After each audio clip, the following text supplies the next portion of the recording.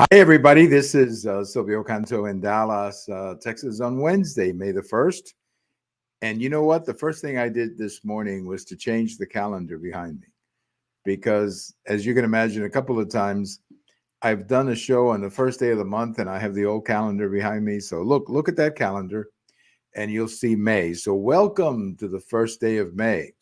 This is a crazy year going by way too fast as far as I'm concerned. We're 6 months away from the presidential election, if you can believe that. Well, let me begin by talking about a post that I have over at the American Thinker today, and it's about what's happening in Mexico. I've told you before, we've done shows about this. I've posted about this. There's a lot of violence going on in Mexico. There's violence going on in their election.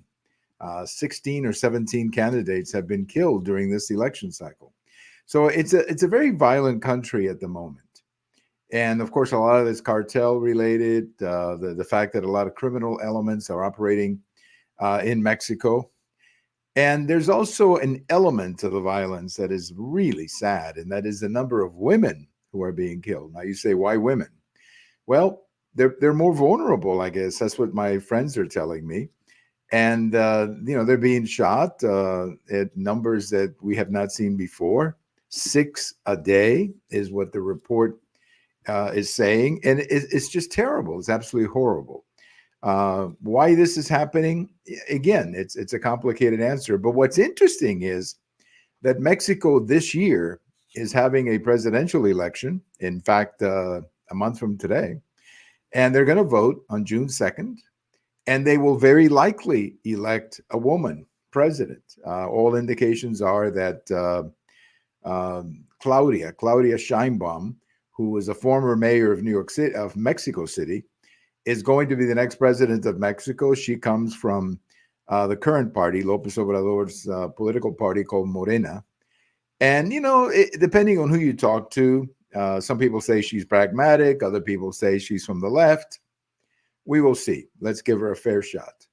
But it's interesting that the year that they have 2 women running for president, 2 serious candidates for president, who are women, they're facing this terrible wave of violence against women. And not much is being said in the campaign about this, which is the other sad point. I hope they do. I hope that in their next debate that this topic comes up because, Mexico is becoming a very criminal place, or I should say very unsafe place because of the crime.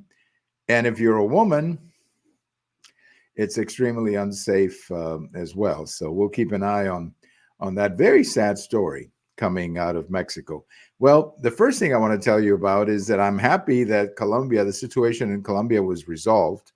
I want to congratulate the mayor of New York City and the police for doing a fantastic job. But this is where the president of the United States has to come into the picture. And he has to deliver a speech to the nation. And, again, congratulating the police, whether it's here in Texas or wherever they've been, for the fact that they have, stopped many of these crazy so-called marches. But the president of the United States has to deliver a much bigger message than that. He has to tell these universities, you've lost control of your campus. You've lost control of your students.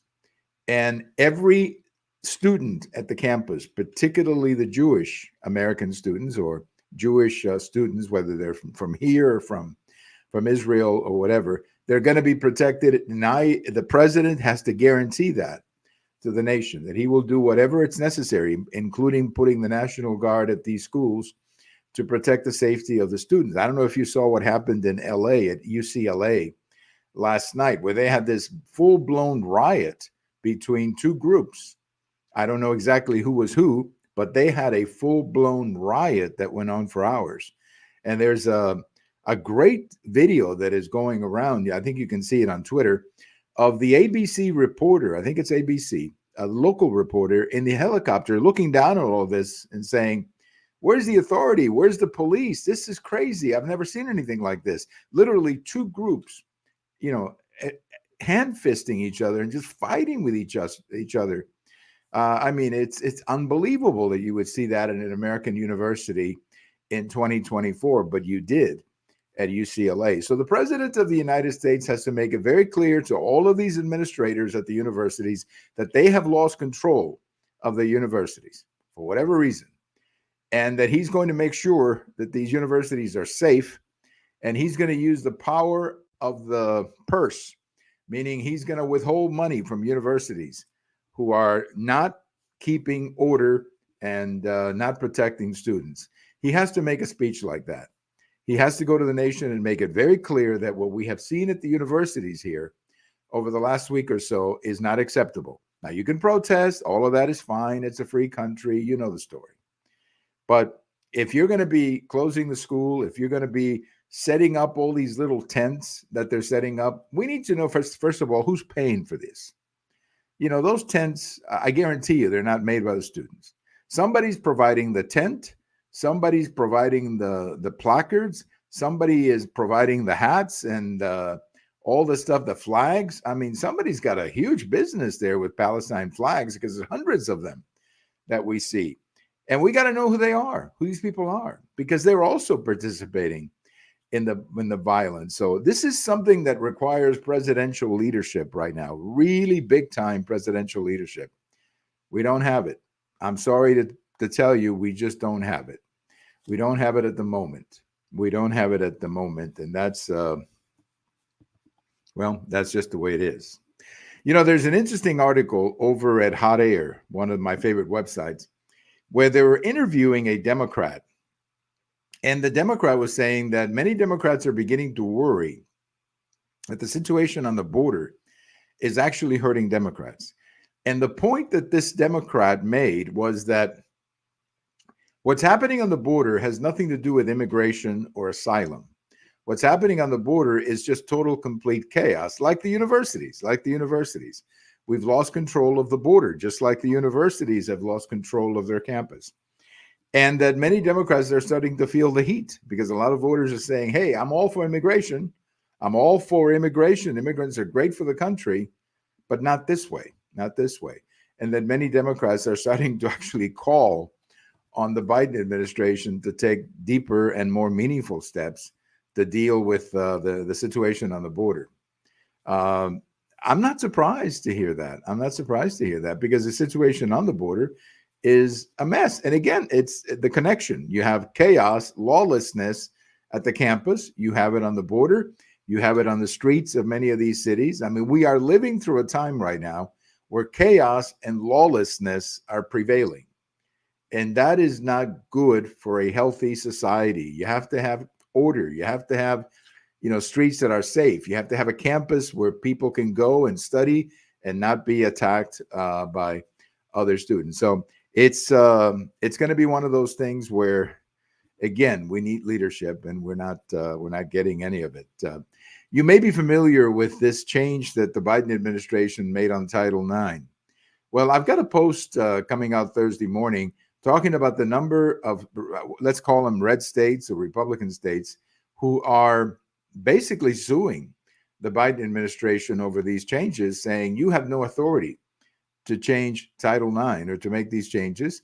And the states are exactly right. I think this will go to the courts and the Biden administration will lose because the Biden administration cannot arbitrarily change Title IX in this fashion. They can go to the Congress and say, hey, we want you to change it. The Congress can look at it and do whatever they do. But the Biden administration cannot arbitrarily, through the Secretary of Education, change something like Title IX. So several states are doing this. Florida, I believe, has a lawsuit underway. I know Texas has advised all of its school districts that they do not have to accept these changes. Several other states are also suing, but altogether, I think right now, almost 20 states are one way or another not accepting these changes, and basically because they don't feel that the Biden administration is acting in a constitutional manner. And you know what? They're exactly right. This is not the way it's done. If they want to make a change on Title IX, they have to go through the Congress, rewrite the law if necessary, amend it if necessary, but it has to go through the Congress. It doesn't happen by simply having the Secretary of Education say, hey, we're going to do this. No, that's not how it happens.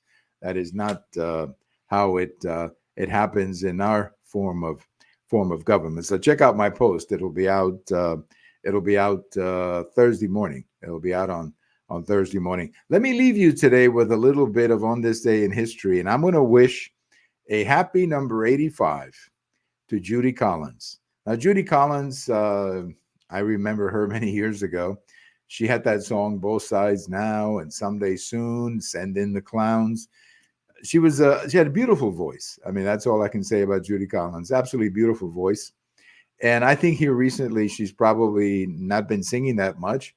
But back in the 60s and 70s, maybe a little bit of the 80s, she was extremely popular. She had a beautiful voice. And her style was so unique.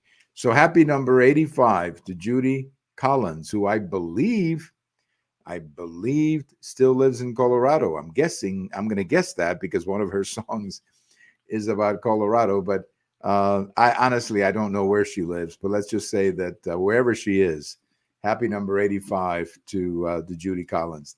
Thank you for watching. This is Silvio Canto in Dallas, and we'll talk to you later. Bye-bye, everybody.